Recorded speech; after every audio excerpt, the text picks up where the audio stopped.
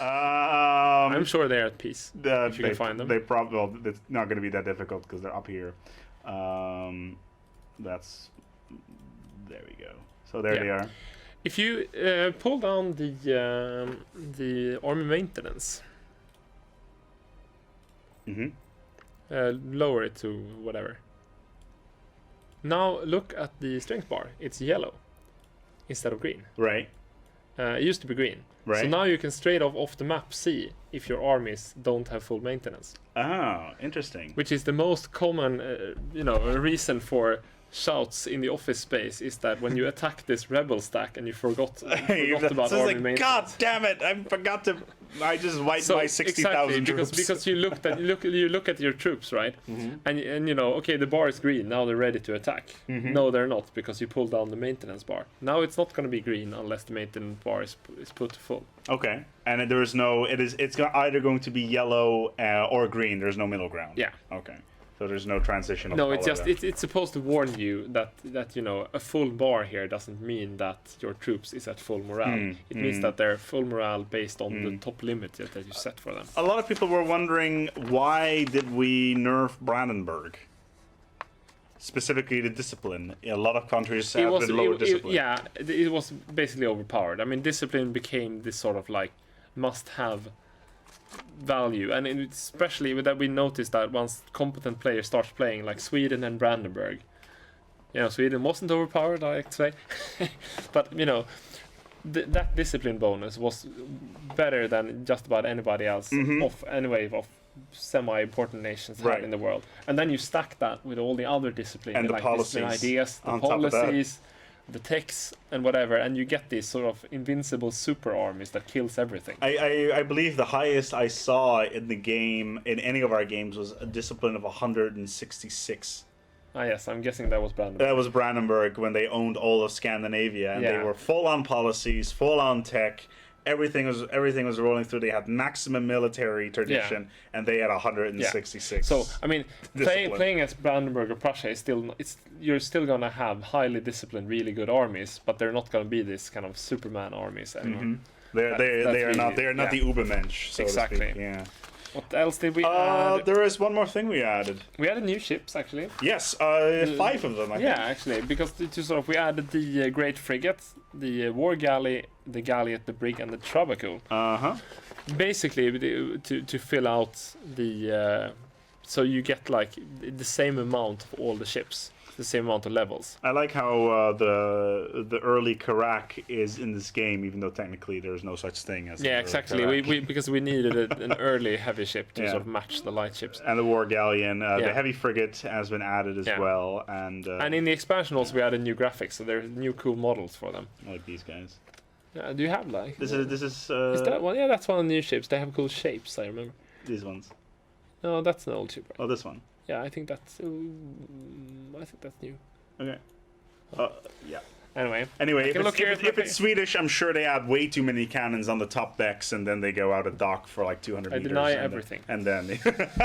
Oh, here's another button that we should. We've forgotten a button. Okay. Yeah. What is the button? Button sounds sexy, right? But well, the problem is for anybody that's been watching the multiplayer streams, and me and buttons is generally not a very good idea. Yeah. So let's go. I'll let you. Go in control here. The button. Yes. You take 100 million loans, and then it's like now I just took 3. Then you want to repay. Oh, damn it. You want to repay all your loans, and you have to click and click and click and click, or you just press repay all loans. And now it's done. Exactly, and that's the kind of small improvements that we'd like to add to make it a little bit more frictionless to play the game. Exactly. So it can be a little bit easier to go through that. Yeah, and also we added this little this little graphics addition is that the trade modifiers, the province trade modifiers can now be seen on the map. So here you can see that this is an important center of trade here, and a river estuary. And also, the province has been looted. Oh, that's not good. No, that's bad for those looting. Another one that's been added, actually that's been changed, if I may. This is actually a pretty big one. If we go to ideas, I'm not quite sure. Prussia probably doesn't have it selected, but if you look here, there is something different and something particularly interesting. expansion ideas is now part of administrative ideas rather than diplomatic ideas, and espionage has now been moved to the diplomatic rather than because we administrative. figure that I mean lots of people have. If you play a trade nation and a colonial nation, you don't have that many dip points left over. No, you but will. For most other nations, administrative points is like the one that you're always scarce on. So then we figure that if you just change trade places on these two idea groups, all of a sudden it's like you have an expansion idea in administrative ideas. For colonial nations, you have to start thinking about administrative points. Right. And for other nations, so we sort of switch it around a little, change around the balance, so you don't, better balance in the trees. Awesome.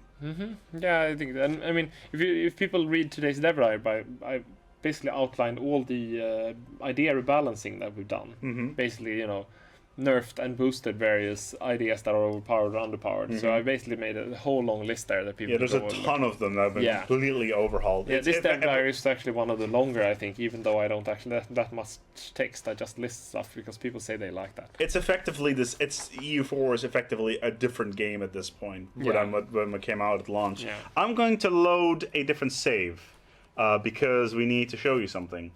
Right. If it's here. Yep, there it is. 7th of July, 1799, Ottoman Empire. Yes, I'm going to load it because we've added something new.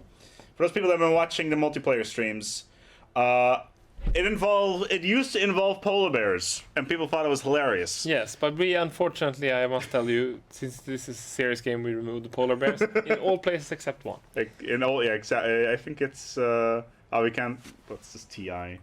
If you can find it, it's here somewhere, I think. Where is it? It's somewhere around. There it is. There's the polar bear. He's now been moved back, expelled back to where he belongs. Exactly, back into the Greenland wasteland. Yes. However, something new has been added to the game, and we may as well look at it. If you look right here, there it is. Exactly, you can now build canals, and this actually, we actually added the whole great project system, so it's actually possible for both modders and us to add more province-specific projects with like their own graphical thing. But the canals is actually, you can now build, if you have a lot of money and it's really advanced in tech and own the relevant provinces, you can build the Suez Canal, the Kiel Canal and the Panama Canal. This is super late game, guys. I think it's tech level 28. You can get it. Yeah, I think. And you need 20,000 ducats to do it. Yeah, it's exceptionally expensive. And it's also a very long. It's a special kind of build project, so it takes a very long time, and it's also going to spawn some cool flavor events on the way. Sort of like. You have to deal with labor problems and climate and this kind of stuff. Yeah, especially if you're looking at this place over here. Yeah, exactly. I mean, that's not going to be easy. No, it's. But if you felt, it adds something interesting, little extra to the gameplay. That all of a sudden, you dominate the entire Mediterranean basin. You have like overpowered your country, so you're so advanced. Why shouldn't you be able to dig that canal? So it adds something interesting to the gameplay, and now you can actually sail across there. Exactly. Even though the arrow should probably follow. But yeah, it should probably go through the canal. You can't get everything. No, it's not perfect yet. But in extension of this in particular is called the canal, but the system itself is called the Great Works system. Yeah. Does this mean that in the future we may see more Great Works? Yeah, I mean the canals are obviously the best ones because I mean they're also they have two advantages, right? They're very visual, so it actually makes really good sense to put them on the map as a graphical object. Right. And they're also, at least the Panama Canal and the Suez Canal, it's sort of like in the middle of nowhere almost, because I mean we could add like a great work called like the Louvre or something. Right. But that would just overpower France more. So do we really need that? So would you? But I mean, in theory, we could add actually whatever we want, where you actually have these kind of huge, expensive projects that add something cool, new graphic to the map and these kind of things. Let's say hypothetically you play as Ming at the start of the game. One of the initial ideas for Ming is rebuild the Great Wall or fix the Great Wall. That could Would that be a great project? Yeah, idea? It could be a great project. which actually added a wall and stuff. Yeah, exactly. It It's comes not out of the something ground. we've planned, but it could definitely be done. Or, for instance, the canals of Amsterdam, for instance. But obviously, you don't want to overpower the Netherlands a little bit more. and they're probably a little bit too small to be seen on the map. Yeah, that's true. What else do we have? The Pentagon, I guess, but that's a little bit too late. We're gonna put that in EU form. We need to. Should we put the Pentagon? We'll make a forum vote about it. It's totally historical. It's definitely historical. The shape is. Yeah. Yeah. Pythagoras himself. Have you seen on the Crusader Kings 1 map? People that have Crusader Kings 1 should take a close look at Stockholm and see what's there. Oh God. I'll leave it at that. Oh, Jesus. What was that fortress called again in the south of Finland that was built by Sweden? Viborg. Yeah, that maybe something along those lines. I don't know if that would qualify as a great project, though. I mean, that would sort of like oversell that fortress and sort of undersell the walls of Constantinople. Yeah, exactly. The Great Walls and all that. Yeah. But Everything is relative. the canals are now here. They are part of Wealth of Nations, and they are obviously part of the Great Works system. And whatever comes out of that in the future, we will see maybe a Trans-Siberia, Railway and Railway. the Pentagon. Yeah. That's definitely Exactly. That sounds perfectly within the confines Indeed. of the game. I'm going to take a look here at the the chat. There's a lot of people still here. However, there we go. It didn't all go all the way through, but it's time for us to weave an end to today because it is long, and tomorrow for us is going to be a very long day, to say the least.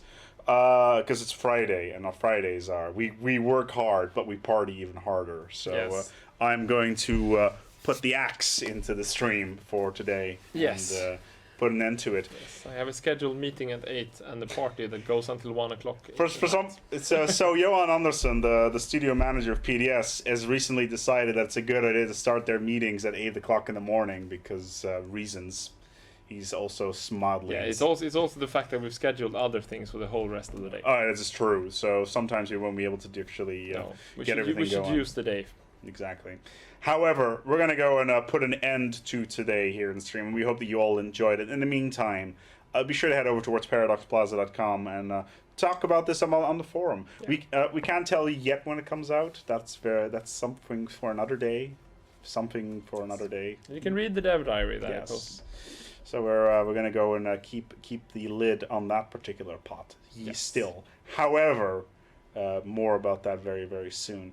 In the meantime, we hope that you all enjoyed it. Be sure to follow the channel if you're new here to the Paradox Interactive Twitch channel. And we're currently in the middle of rebranding a little bit, as we're calling it Paradox Live these days. Ooh. So it's like a branding thing going on there. It's really, really cool and really hip and that sort of thing. But we're going to do more stuff about this in the future. Be sure to check back next Thursday, if you're in the afternoon, like 3 p.m., we're going to be sitting down with the Crusader Kings team to talk about some changes in the team and specifically what is going to happen with Crusader Kings in the future as well.